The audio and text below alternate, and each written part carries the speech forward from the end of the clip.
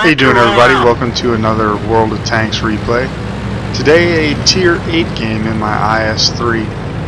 As you can see, we're tiered very well, and this is a replay from the previous patch, as you can tell by the IS3 model here. If you were to ask me what that is on the side of my turret there, you can see I paid and had an inscription put on my tank. That's actually Spartacus, a Cyrillic. And we're on Erlenberg, old version, encounter battle. For those of you who are unfamiliar, you have to get over here and take the flag or kill all the enemy tanks. And we are heading up to the corner right here. We often call it Derp Corner on Derpenberg. A lot of silliness happens up here on this corner. It's typically where the enemy heavy tanks will push over west from their spawn, and we race up there. And credit to this IS3 driver, Erlenberg, for coming up here with me, because you can see everybody else is lagging behind us, and had it not been for him, I don't think I would have pushed up here by myself. So we're trying to stay in the low ground, and there's first contact. Enemy IS3, Erlenberg puts a shot into him, and I'm going to stay low and try to creep up here and get on this flank. You can see he's backing down. What a shot. Ammo rack for 1,066 points of damage in one shot.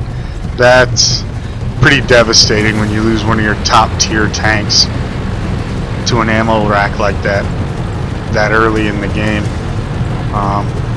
It's something that I've seen more and more of. IS3s, I'm beginning to think, have a problem with ammo racks. We're going to move up here and push on this IS6 and the KV2. Put a shot into the flank of the IS6. That's one of the best ways to penetrate him, was on the flank like that, so I wanted to take that shot while I had it. Now we're going to shoot at the KV2. Penetration.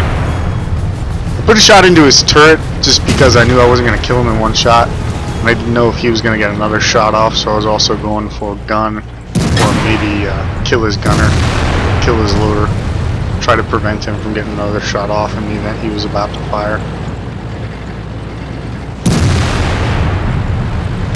You can see now we've got the IS6 coming up to support us and some other tanks. Unlucky bounce there on the IS6. I didn't aim that shot very well. IS6 really has great armor. I'm going to have to do a couple videos on that tank soon. Now I'm aiming, got a straight on shot in and right for the driver's hatch there, and it goes in. Only 66 points of damage, but it was worth it to take that IS6 out of the game. And now you can see, in a matter of moments, they've already lost an IS3 and IS6, and of course the KV2, and the only thing we've lost in the exchange is an SU-152 on the other side, which was killed by a Tiger II. So this is going really well for us now that the rest of the heavy tanks that were on the west side have pushed up. Diving here into the low ground, which is the common route that I take on this map. I don't really like going straight across because you're exposed to a lot of fire. And a T-29 can actually work these bushes real well. IS3 doesn't really have the gun depression to do it, so I'm going to have to poke up. I knew the IS3 over there across the way wasn't going to get shots at us. He was behind the building. What I'm looking at now is that KV-1S trying to sneak a shot in. He's just too fast, and the gun doesn't aim fast enough, so we're going to move up. Excuse me. You can see I've got 3 heavy tanks on my left, so I assumed they were going to push on across the bridge, and I wanted to get over here and try to help with the tanks on the hill, because I figured they had the IS3 handled. No need on all of us dogpotting on one IS3. Trying to get a sneaky shot like the LC, and oh, what do you know? Shot in the flank by that IS3 that I ignored. That's what I get for getting tunnel vision. So we'll put a shot into him in return and then pull in behind this building.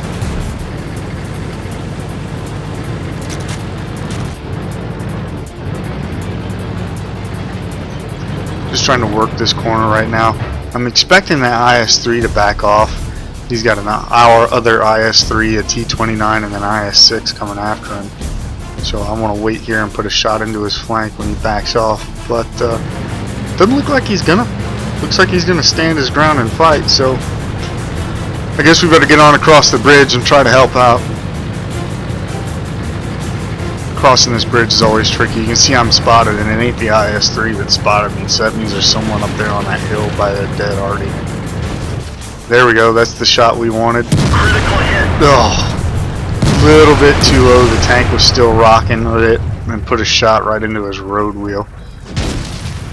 Gonna make sure this one goes in as soon as the gun reloads and somebody kills him instead. That kind of disappointed me. I really thought that was my kill. Now we've got an IS and an IS6 up here on the left, and what I was thinking is they both actually have the same gun. So if I can get unstuck, I'm going to kill the IS first, just because every once in a while you'll bounce off the flank of an IS6. Unlikely, but it does happen. But since they both have the same gun, they both have the same damage potential, so it was better to take the guaranteed kill. You see here I'm being really careful where I placed that shot in the IS6. Had I shot that kind of a quarter panel type area on the back, very likely to have bounced. So we went for the what amounts to the lower glacis on the back. Really lucky that shot on the SU-152 hit. I actually aimed that a little bit low, but I think he shot an HE round at us. It didn't look like it did any damage. That one also didn't. Already hits him, and then we put in the killing blow for our 5th kill. And now all they've got left is a T-32 and a T-34 straight over here in front of me, and their Lorraine 15550, which I suspect is why that SU-152 was parked over like that. He's probably protecting them. Can we get a shot at T-32? Nope, but we do have the T-34. And I'm going to take my time here and aim and make sure this shot goes in. And it does. What I didn't need is for that shot to drift high, hit his gun mantle, and bounce. Because T-34 has a long reload time, but that gun will hurt if it hits you. And now it's pretty much all over but the crying. T-34 was our 6th kill for the Top Gun, so we're going to come up here and try to get a kill on the Lorraine 155. There's almost no place left he can be except up here in these trees. Slowly coming up this hill,